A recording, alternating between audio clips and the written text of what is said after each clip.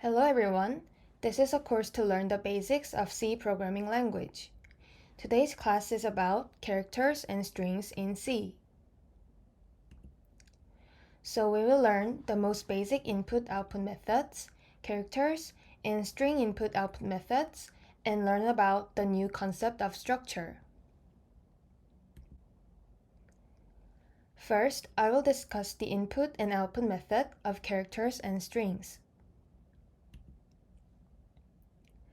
C deals with I/O devices in the same way as it deals with files stored in memory. Therefore, most console devices, such as keyboards and monitors, are treated like files that open automatically in C.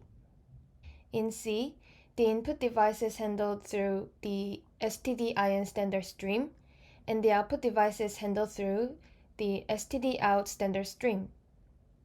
C program does not directly deal with the input and output of files or consoles, but rather with what is called stream. Stream means idealized flow of data represented by actual input or output. In other words, a stream is a virtual connection created by the operating system. The way the operating system detects the end of a file varies slightly from operating system to operating system. However, C always returns a special value when it reaches the end of a file, regardless of the operating system. The value is called end of file, EOF, which actually represents -1. You need a way to tell the end of the input not only when you enter it through a file, but also through the keyboard. You need a way to tell the end of the input not only when you enter it through a file, but also through the keyboard. Press Ctrl D on Unix and Ctrl Z Enter on Windows to generate EOF. This time, let's learn about character input-output functions. We use getChar or fgetC when entering a single character.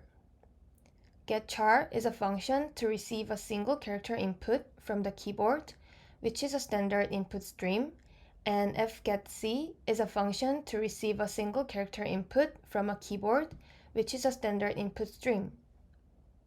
But unlike getChar, fgetC can specify stream to enter characters as arguments.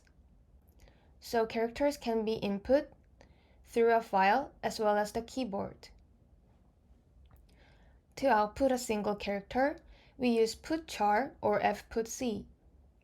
Putchar is a function that outputs a single character to a monitor that is a standard output stream, and fputc is a function that outputs a single character on a monitor that is a standard output stream.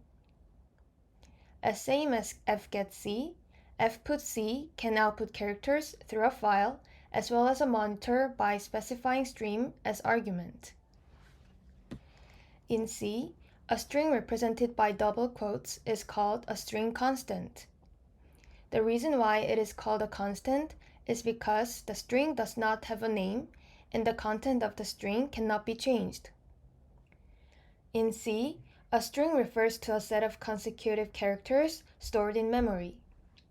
Therefore, if you declare a character array, it will soon become a string variable. The following example shows how to declare string constants and variables. You can either declare a string variable without size or declare string variables with size. %s used in the printf function is an input-output format character for expressing a string. String variables declared as a character array must inform the program of the end of the string separately. Only then can the program distinguish between values belonging to the actual string and other trash values. Therefore, in C, when the data belonging to the string is finished, a null character, which means the end of the string, is inserted. Marked as \0 and ASCII value is 0. The following example uses null characters to calculate and output the length of a string except null characters. The figure on the right shows how the string used in the example above is stored in memory. Then, let's learn how to input and output strings. fgets is a function that allows you to receive strings from files as well as keyboards. The first argument carries the starting address of the declared array to store the input string. The second argument delivers the maximum length of the string that can be input, and the last argument delivers the string that can receive the string. To print a string, we use puts or fputs. Puts is a function that outputs a single string to a monitor that is a standard output string. After outputting a string to the monitor, it automatically changes the line.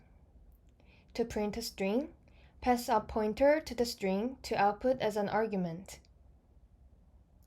fputs is a function that can output characters not only through a monitor, but also through a file. Unlike puts, it does not automatically change the line after printing a string. To print a string, pass a pointer to the string to output as the first argument, and the second argument carries a string to output a string. The following example uses a string input-output function to output a string exactly as you enter it. Try running the code by yourself and see the difference between puts and fputs. Now, we will learn about the structure type in C. Structure type is a user-defined types that users can newly define with the default type of C. By using structure type, we can represent complex data that cannot be represented by basic types alone. If the array is a set of variables of the same type, the structure represents a set of variables of different types as one type. Variables that make up a structure are called members or member variables of the structure. A structure is defined using the structure keyword. Let's look at the example. In order to define a structure named book, the keyword structure is used to inform the beginning of the structure, and the structure is defined by the name of the structure book.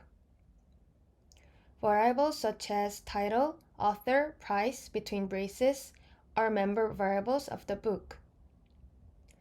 The last semicolon means ending the structure definition.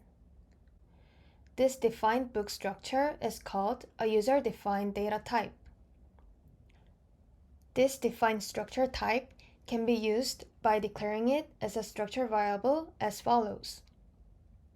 My book is a structure variable defined by a structure type called a book. You can also define a structure and declare a structure variable at the same time, as in the example on the right. Typedef keyword is used to give a new name to a type that already exists. Every time you declare or use a structure variable, you must specify that it is a structure using the structure keyword. However, if you use the typedef keyword to declare a new name to a structure, you do not have to use the structure keyword every time. For example, textbook is the new name for the structure. In this way, you can omit the name of the structure when you define it and make a typedef declaration at the same time.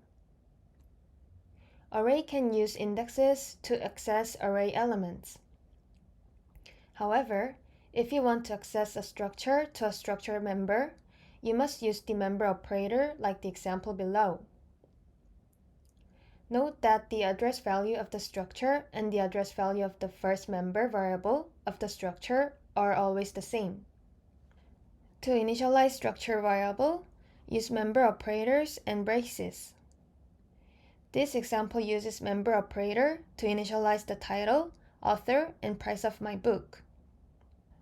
This method allows you to initialize only the desired member variables. At this time, the order in which the member variable is defined and the order in which it is initialized are irrelevant, and the uninitialized member variable is initialized to 0. Structure variables can also be initialized in the same way as array initialization. At this time, initial values are set in order according to the order in which the member variables are defined in the structure definition, and the remaining member variables are initialized to 0.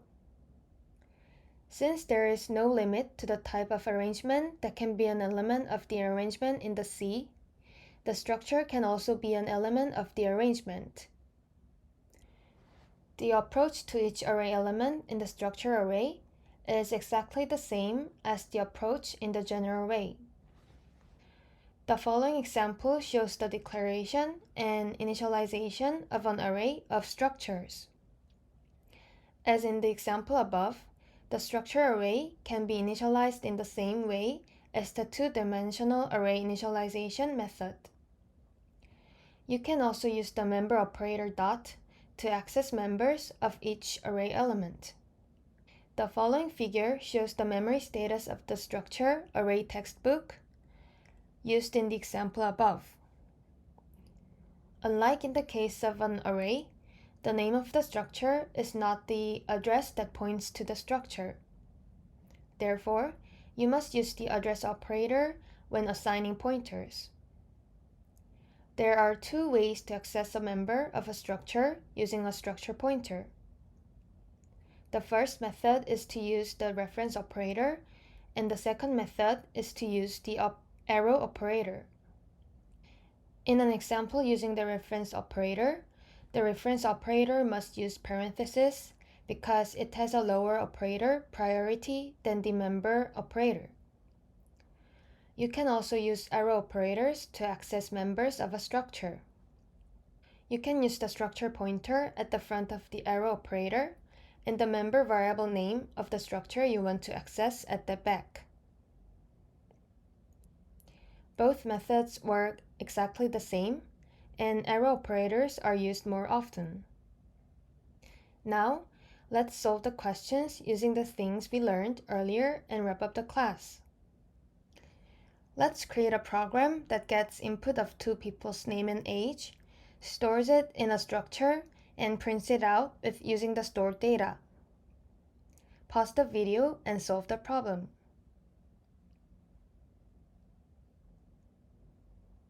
Then, let's solve the problem together. First, the structure type must be defined. Let's define a person struct that has two fields, name and age. We then define two variables, person1 and person2 of type person. Next, we use printf and scanf to get input for each person's name and age and store it in the respective variables person1 and person2. This is the end of today's class. Good job! See you next time.